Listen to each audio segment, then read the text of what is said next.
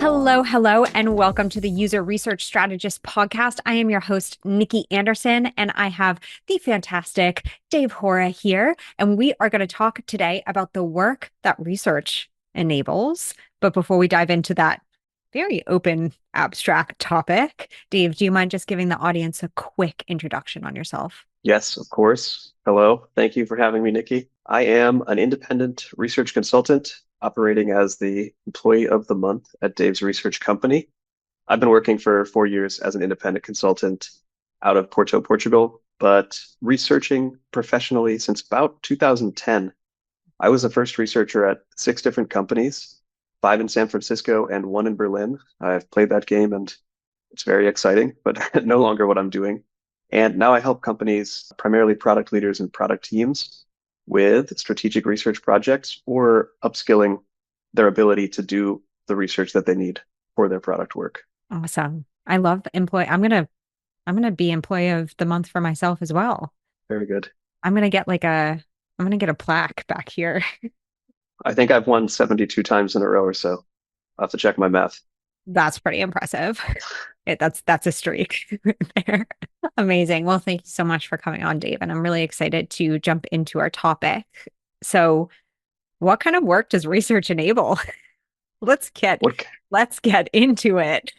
Yeah, we initially talked about Wordly Maps as the first thing we were going to talk about when we discussed the podcast, which was a very strategic focus. And I was thinking there are sort of 2 layers of strategy. Well, there's many layers of strategy, but Wordly Maps are talking about this big ecosystem level. What are the pieces in play?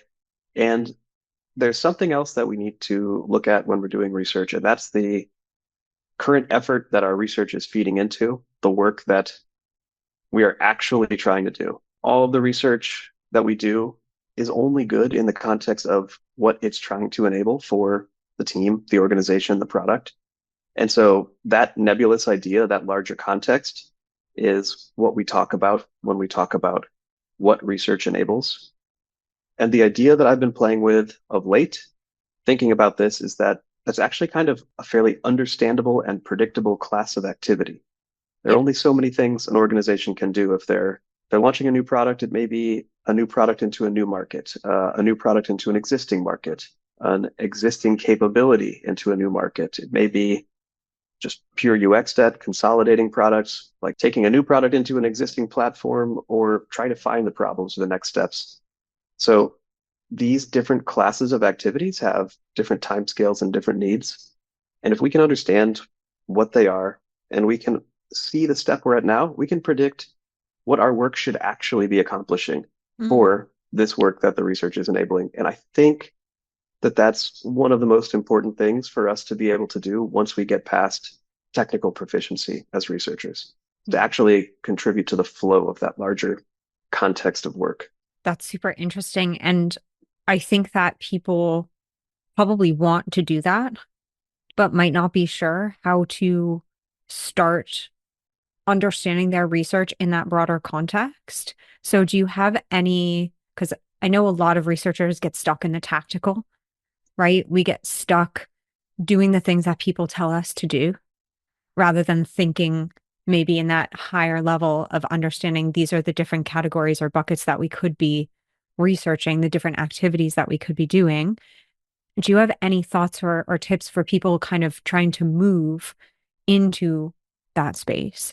Yeah, absolutely. It takes a while. That's like first and foremost, you have to have seen enough work come through before you can build this sensibility, because as much as we can talk about it and I can describe that process to you, you have to start to build your own internal archetype and your own sensibility for, okay, this kind of project, we did this kind of work, it fed into this, and then the product team took these actions, and then the Yeah. product team did this. So I think a thing that I started doing much too late, 6 or 7 years into my career, was essentially journey mapping my own projects Hmm. and saying, what am I doing and how did this go?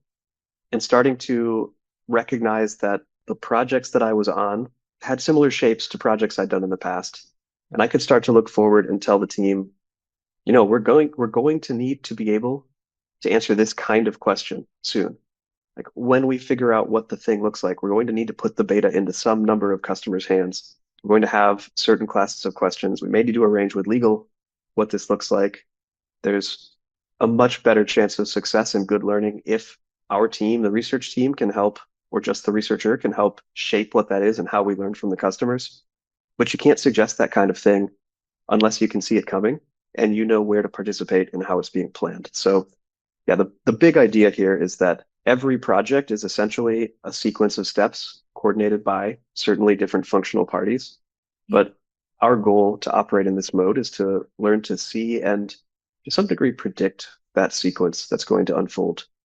Do you want to get all of your user research questions answered all while hanging out on your couch in sweatpants? No need to join any live webinars and hope that your question gets answered. No need to Google a million different things and sift through some scattered advice that you don't really know is valid or reliable. Not anymore. I know it sounds too good to be true, but I promise it isn't, because if you become a paid Substack subscriber, you get access immediately to a community filled with user researchers that I am in every single day answering questions. Not only can you hang out on your couch, feel less alone as a user researcher, and get all of your questions answered, not only by an expert, but by a bunch of other user researchers with amazing perspectives and experience, you can do all of that on your couch in sweatpants, and I will be alongside there with you every step of the way. So join my paid Substack, get immediate access, and we can relax together solving all of your user research problems. See you there.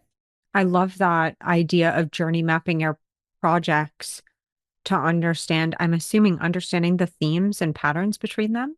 The themes, the patterns, the big thing for me is like the classes of questions or the kinds of decisions. Hmm. It's when we start really small and we usability test one design decision, like we are trying to figure out, does this work? Maybe that's a much smaller journey. But when we start playing with a product team that is launching something new, a lot of these steps are actually like internal changes. I'll back up a little bit. The grand scheme of this, like the work itself, it begins as an idea in someone's mind. It needs to move to other people's mind. It passes through documents, so many documents, presentations, ideally like prototypes, visions, and what constitutes this thing that we're building is encapsulated in Figma, in user flows, in storyboards, in specs. This is the real kind of flow that we need to understand. And so when I say journey map, I mean, what is the shape of the guiding feeling and the guiding idea of the project? And what different forms does it take as we bring it to life? Because moving from one form, especially from idea to built thing, Hmm. is maybe the big one, but there's so many different transmutations along the way. And each of them solidify different decisions, which could each carry risk or could each be wrong Yeah. and may need different kinds of information. So this is the kind of journey map that I'm talking about. And it's journey map could be the wrong word then, but it's really like what is the sequence of things and what kind of different artifacts and objects amass around this idea until it goes, hey, we should launch this product to we have a new product line in customers' hands that's actually generating revenue. So it's like really looking at the end-to-end process from like, yeah, idea. Well, I think a service blueprint might be a way of thinking of it, of like from the inception of the idea all the way to this is a live product in customers' hands. And I know that as researchers, sometimes we're only a small part of that process. Like we might get brought in to, I hate this, validate whether or not the idea is a good one, right? It's kind of like the can you pat us on the back, right? And so I'm wondering if somebody is stuck in that kind of cycle and wants to break out of that and be a part maybe of these processes at different times, because you're what you are saying is like you need to see enough of these processes to understand what's coming of them in the future. And if somebody's only stuck in one part, are there ways for them to get involved in the other parts of the process that could then help them build that mental model? Yeah, yeah, absolutely. The first thing that you need to do is have an awareness of what are the other parts of the process. Yeah. So there's a question of access or just basic visibility. Hmm. And I think that researchers by nature are curious, and there are many times where we have so much work and have to churn through so much that we don't have the ability to actually follow through. But the first question for us is to say, okay, what happened next? And that's the question that you can bring to your product partner, you can bring to your stakeholder or your project sponsor. What's happened next? Can you show me what happened next? How did that happen next? The visibility is the first piece because then if you don't have it, you need to ask for access to those places. And very often, as a participant in the organization, we don't do this very much, but you can just ask to be there, not Yeah. join a meeting forever, join a recurring meeting, but say, hey, I'm interested in learning how your team makes this kind of decision. I'm interested in learning how this works. Can I join you for one round of this meeting to see what happens? And it's that visibility to access that is going to let you ask better questions and start to build some trust by potentially suggesting things or potentially shaping your work where you are now. But once you see it, you kind of have to figure out how to work with your specific organization to build the right trust to start playing further down the process, or more likely to be impactful earlier in the processes that led to the kind of work that you're doing right now. What if nobody really has a process? I know that there are like general best practices. We document lots of stuff, even though like with Agile, we're not supposed to document, are we? Or is it we are supposed to document? I can never remember. I think it's agreement over documentation, but I'm not Right. completely sure. Yeah. Slack screenshots as documentation. So what if, because I have seen in my experience an idea, let's say a shower idea, because the Hmm. shower gods have rained down on us, and we say this feature needs to happen or this product needs to happen. It's an innovative product, you know, X competitor is doing it, and we're a food delivery service and we need to now have a wine box. Let's take that as an example. And the process is the wine box gets created without much thought or consideration. Have you been in those situations where, like, as a researcher, you're kind of stuck being like, I wish there was more strategic process behind this, but it doesn't seem like there is. Yeah, definitely. Occasionally, I have been, and I have not been able to do anything about it. And occasionally, I have been, and I have actually had success in opening the scope and saying, is this the right thing? Are we carrying risk? Have we looked at this the right way? And Yeah. actually finding out that no, this is not what we should be doing. But Okay. you asked about the process, and there's kind of like there's two things. There is the process that an organization says it has, there's the methods that it espouses. And then for any given project or idea, there's like the real process, which is the very specific sequence of steps that it's going to go through. And that sequence of steps, that growing from idea into some kind of like product shaping into some kind of building, this is where that we have these like predictable kinds of questions that come along the way. So if you tell me, hey, we should build a wine box, it's very early, and maybe that step around understanding the customer behaviors that a wine box would serve exists. Maybe it doesn't, but understanding like this, I mean, it's basic intuition for many researchers who come from a customer oriented perspective. But I think one piece of this work of helping shape an idea into reality is recognizing that we need to show the user reality and the product offering match in some kind of visible and tangible way before we move to the next step.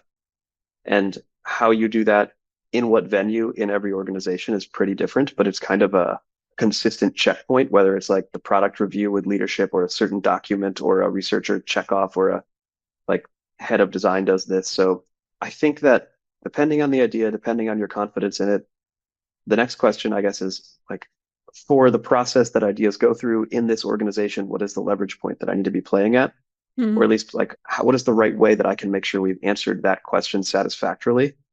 And if we haven't, where is the venue to raise it? Like a CEO's idea can steamroll a lot of that, and it's more politics and art than it is helping the process unfold naturally.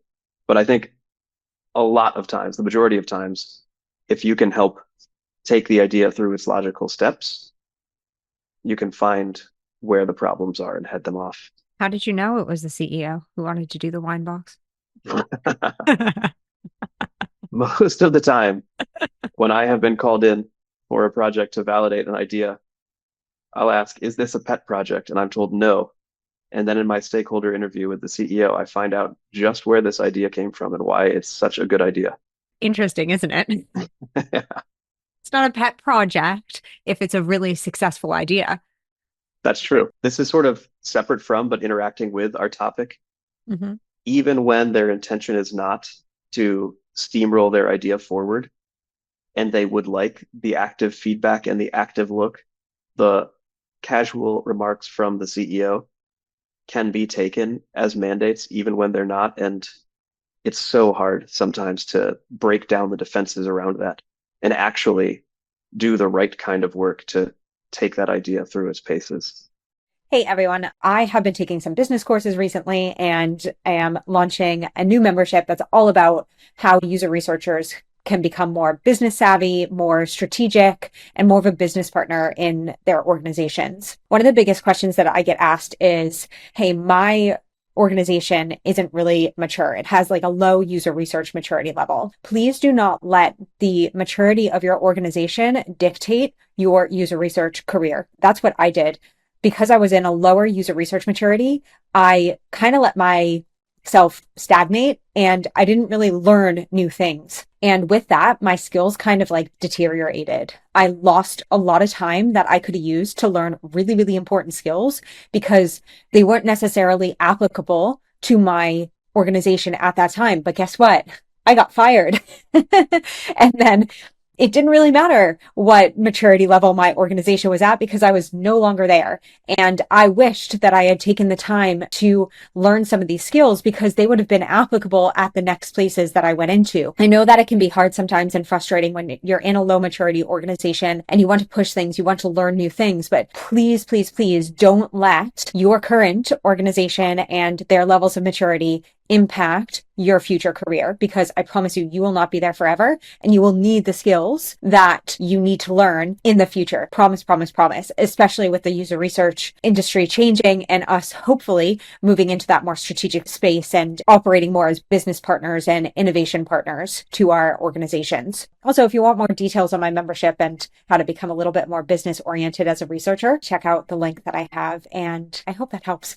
Do you help facilitating with that if you see those, let's say, gentle, fun comments from the CEO coming through as mandates, where the product team is sitting there saying, uh-oh, we need to do this? Do you help with like trying to break that down and trying to help the team understand that it might not just need to be steamrolled through? Are you asking me personally or should one? You personally. Yeah. Whenever something like this comes, I've learned that the first thing that we appeal to is the strategy, whatever is in place. Often these ideas are paired with perhaps a lack of like a very clear strategy that can say we are doing this and not this. When you have the kind of strategy that's grow to 5 million ARR, grow to 50 million ARR as the top line of the strategy, you're much more susceptible to a steamroller idea coming through the line. And then the game is get it into a state where you can test and expose the really risky assumptions underneath it as quickly as possible, bring it to prototype, show the implications of its reality, and put it in front of sometimes even just the team. They need to see it and they'll say, oh, okay, well, I didn't realize if we were going to do this thing that like we would have to build, let's see, for the wine box, like we would have to build a whole new alcohol policy that we didn't previously have when we put this in. Or for another idea that I had, it was like we need to create a new capability for dealing with money that our team has no grounding in and no current capability. So yeah, sometimes you jump to prototype, other times you can actually use the strategy, the team strategy as a razor. And in other happy times, it's aligned with the strategy. You take it to prototype or you figure out what the risks are and you see that this is great and we probably should do it. Yeah, that's really, I really like that idea of contextualizing some of these pet projects a little bit further so that people can understand the full implications of them. Like, for instance, the wine box. It's like, we need a wine warehouse. Do you know how hard it is to store wine? I do. You know, yeah. I do. There's a reason that I chose wine. Hmm. But I think that that's a really interesting way because I had I worked at a company with a strategy where the top line strategy was 10x. We need to 10x. Yes. That was it. And so like Love that. then what happened were a lot of I call them shower ideas of how we might be able to 10x, but none of them were really grounded in an actual strategy because the strategy wasn't there. And Mm. I'm curious, if somebody might be stuck because I know a lot of companies, their top strategy is like the 50K MRR. It is a certain number of customers potentially. It's a 10x or, you know, what should people in that situation like what are some things people in that situation could do? Because I would assume then it's harder to use strategy against as like a bar raiser if it's like, well, this Mm. might 10x something, And I'm like, Yeah, will it? it's really hard. It can be because that can be a mechanism by which leadership is trying to create the right ideas. If our ambition is so big that the only way to get there are big, crazy ideas, like we will allow these big, crazy ideas to compete against themselves and see what happens. Usually, that kind of strategy is also from a company with some amount of existing success already. Like they have the luxury not to say what they're not going to do yet. It's really hard. It's really hard to figure out how do we choose. I think at that point, you you as an individual, like you continue to work with your functional contribution with the team on the things that you believe in. And you start to find what are these choices, what are these trade-offs in front of us that might actually point to like more of the strategic core of what we're trying to do. I think a lot of times that I've been in this situation, the tension is between the broad market or the few but extremely high paying large customers. Yeah. And we don't make the choice, but we're also not conscious of the trade-offs when we build a few feature requests over here, what we're losing over here. And so I think if you want to play strategically there, you need to know how to articulate if we do this, we're not doing this. If we do this, we're not doing that, and actually start to project in terms that matter to the company, which in this case are pretty financial, what that might look like, which is certainly beyond the role of research. But if you as a researcher are technically proficient in the basics and you learn to operate in this way, you gain quite a bit of influence and access to the larger decision-making process. But you're not gonna solve it by any means. No, and I really like that you said that because at a certain point, I think that it is helpful for us as researchers to understand this context and to step into this space to a certain extent. But like the entire success of an organization should not be sat on our shoulders. And there is a certain point at which things will be so far out of your control that Hmm. as you said, you work on the things that you can do that feel right and help the business move forward. Yeah, we are not responsible for metrics primarily either. So as much as we want to articulate what's happening, like if the product has an outage, you can remain asleep. If the big launch fails, you may, but more likely than not, are not going to be fired because you were not the final call there. So getting influence in that level requires access, trust, and relationships because your role doesn't demand it of you to be playing there. And when you do start to play there, for me, I remember it becoming quite scary because then some of the things that I was saying were potentially fireable offenses, which is kind of like, uh-oh, how did I get that seat at that table? Oh, I don't know if I want to be here. Yeah, I mean, this is the big tension, and design has gone through it with the seat at the table. And researchers too. I think researchers are especially curious about the work, the organizational context, obviously people, but there is a layer of, say, like organizational power and political reality Yeah. that this work that we began to discuss is flowing through. And we're not as good yet at sensing how should the work flow, and then what is this material that it's flowing through? What are the real forces at play? We're actually towards the end of our time right now, which is just unbelievable. I'm like, let's just talk for another 3 hours, please. But that is not how podcasts work. And I don't think anybody would continue to tune in. But yeah, thank you so much, Dave. And I'm curious, like based on what we talked about, if you could impart one piece of wisdom, or it could be outside of what we talked about, if you could impart one piece of wisdom to our audience today, what might that be? Yeah, I think the first thesis here is like understand the sequence of decisions that exist, understand the different shapes that a project takes, because we have very often processes or product frameworks, but what the material that we're shaping is that's really moving through this stuff is ideas, documents, yes, no decisions, and learning how to see that and predict that is extremely key to participating at a higher level. And if you want like the bonus level, if you're starting to get that, then it's also paying attention to the organizational reality and the different time scales that you have to be paying attention to, in the meetings that you have to be in, and the places where these things happen. But first, it's really important to start building your theory of what is this work, what is this project that I'm doing contributing to, and how does that thing move? Amazing. That's perfect. Thank you so much. Nice, my pleasure. Yeah, thank you. That was full of awesome nuggets of information. So I really, really appreciate it. And I just wanted to shout out a quick thank you to the audience for listening today. And yeah, we will talk again soon. Thanks, everyone. Thank you.